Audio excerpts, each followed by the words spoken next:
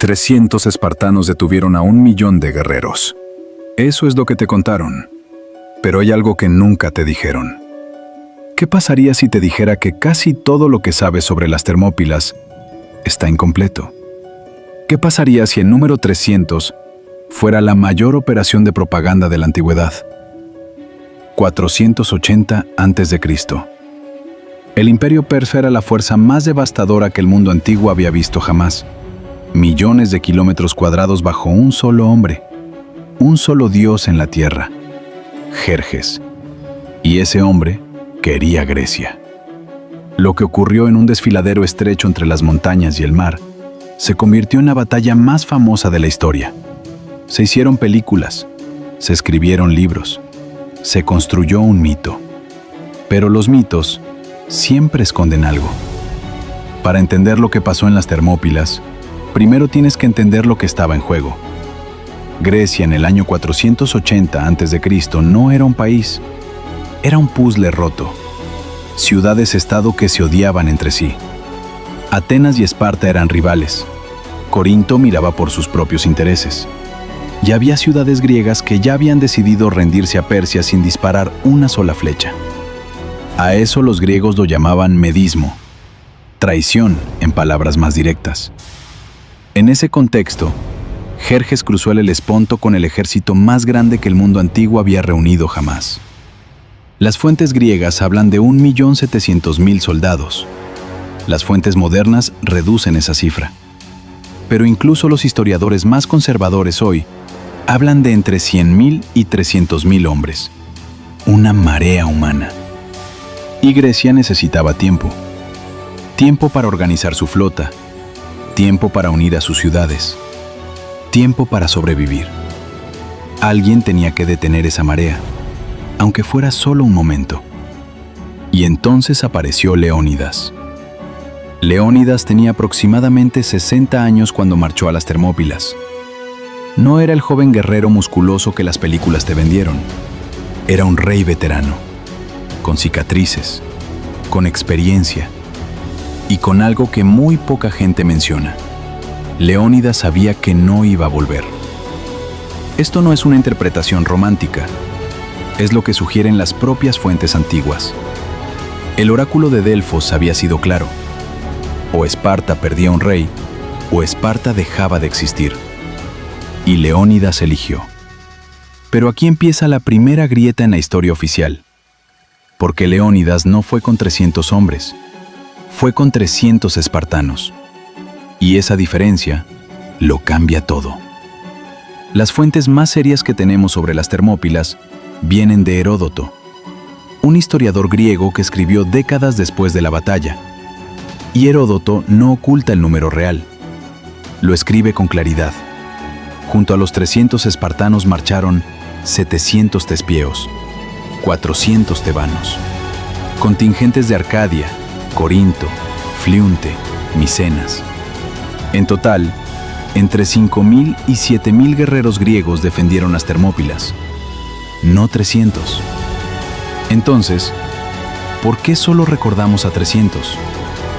La respuesta a esa pregunta es más oscura de lo que parece, y tiene que ver con algo que los espartanos entendían mejor que nadie: el poder de controlar una historia.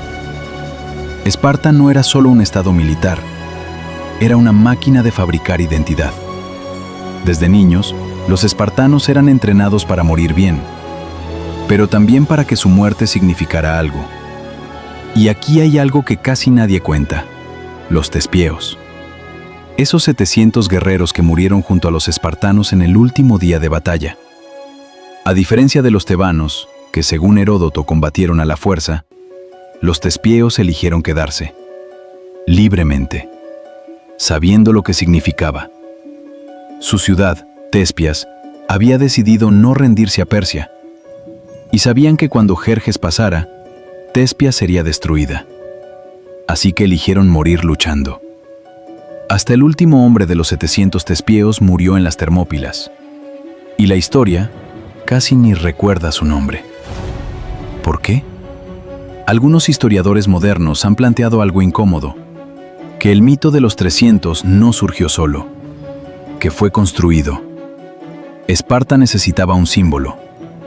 Grecia necesitaba un mito que la uniera. Y un rey espartano que muere con sus 300 guerreros de élite es una historia perfecta. 7.000 guerreros de distintas ciudades peleando juntos es una historia más complicada de vender.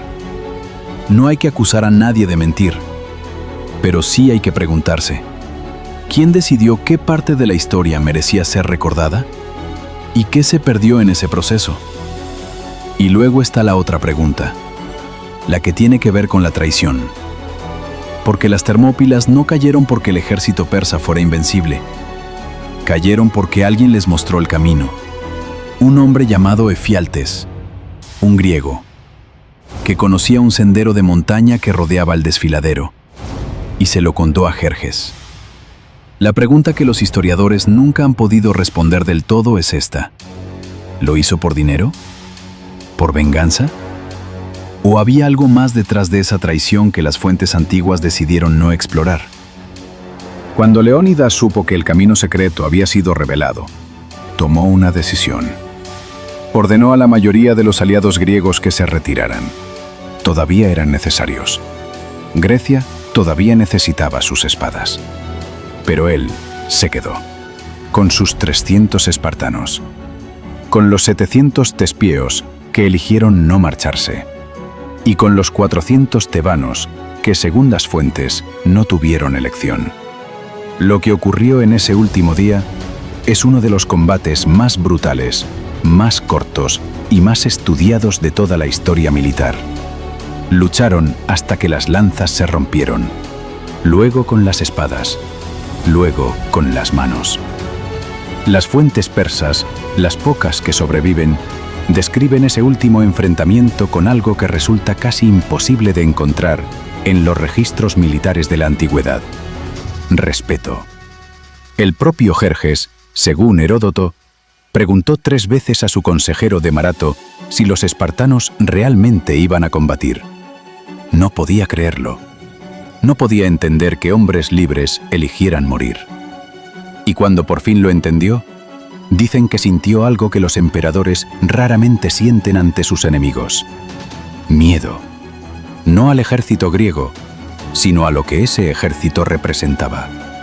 Un hombre dispuesto a morir por algo siempre es más peligroso que 1000 hombres dispuestos a matar por obligación.